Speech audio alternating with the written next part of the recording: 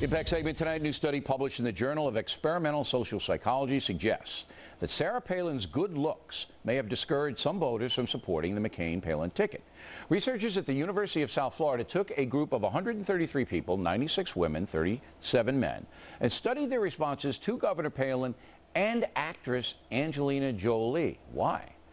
Joining us now from Tampa, Dr. Jamie Goldenberg, co-author of the study, and from Los Angeles to react, Fox News analyst Tammy. Doctor, begin with you. What is this Angela Jolie thing? Explain this thing to me. Okay. Well, my collaborator Nathan Heflick and I were interested in understanding the psychological processes that unfold when people evaluate a woman based on her appearance, and we hypothesized that this objectifies a woman, in a sense, strips her of her humanness and her agency, and should lead to perceptions of her being less competent. And so we asked people to evaluate Sarah Palin, and either to evaluate her as a person or to evaluate her physical appearance. And we asked them to write both positive and negative aspects about her, and then we evaluated perceptions of how competent they thought Palin was. All right, but why did you throw Angelina Jolie in there?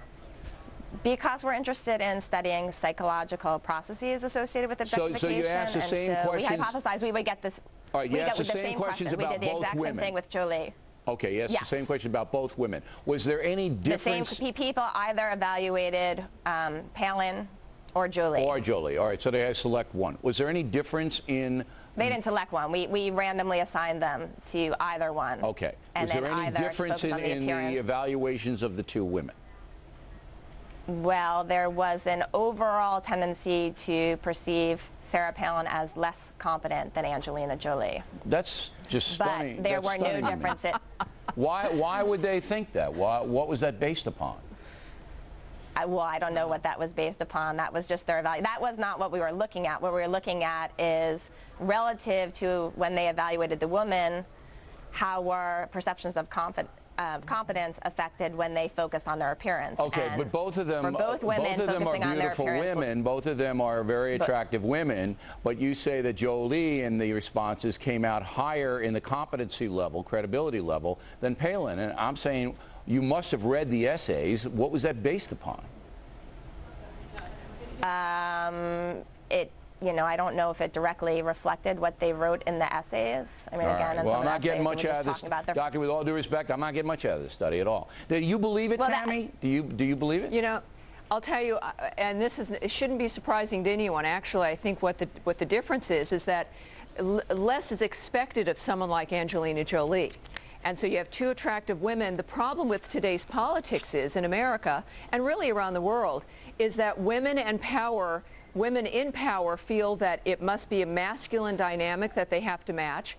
And Americans so rarely see a beautiful woman move into that framework while not, let's say, making herself deliberately less attractive, that it's an unusual thing to see. So when you look at someone like Sarah Palin, who has power attached to her, if that's going to be the standard, it's a mistake to attach that standard. But with Angelina Jolie, there's less of an expectation overall. But I don't know why, Tammy, that anybody writing an essay, you got the 133 people that the doctor and her co-author selected, and they came in.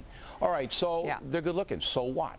Then you know Sarah Palin. You know how she campaigned. You, I guess, knew a little bit about her background as being governor of Alaska, successful governor. Why would the way she looked, her God-given look, generations of conditioning. Yeah. You have, in our society, you've got the image of certain women. Beautiful, attractive women have a certain role in society. In media, in television, in entertainment, women in politics tend to look rather androgynous so if they look good in politics, they have fewer brain cells? Can I clarify? All right, go ahead, doctor. Go ahead, clarify. Sarah Palin was equally attractive in both of our conditions. What we manipulated is how much people evaluated the person based on their physical appearance. So it's not suggesting that a woman can't be attractive and competent, but when people objectify her, evaluate her based on her appearance and not other aspects of her. I would have liked to have read the essays myself as a former teacher, and also I did some of this work when I was at the Kennedy School at Harvard. I would have liked to have seen how they phrased the Palin evaluation, because I'm not getting, and look, believe me, I'm not anybody, any expert in gender politics at all.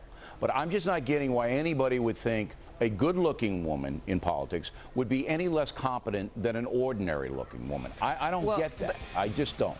So we'll have to leave it there. Again, we didn't find that. All right. Well, but you Life did experience. find that you did find that her appearance, They Sarah Palin's were different people evaluating But Jolie Sarah Palin's and appearance, Palin. according to your study, drew some votes away from the McCain campaign. And focusing on her appearance. Okay. So if a woman And is everybody would have to. attractive A lot of and people attention did. isn't drawn to her did. All right, ladies, thanks very appearance, much. she can Directly still- ahead, brand new.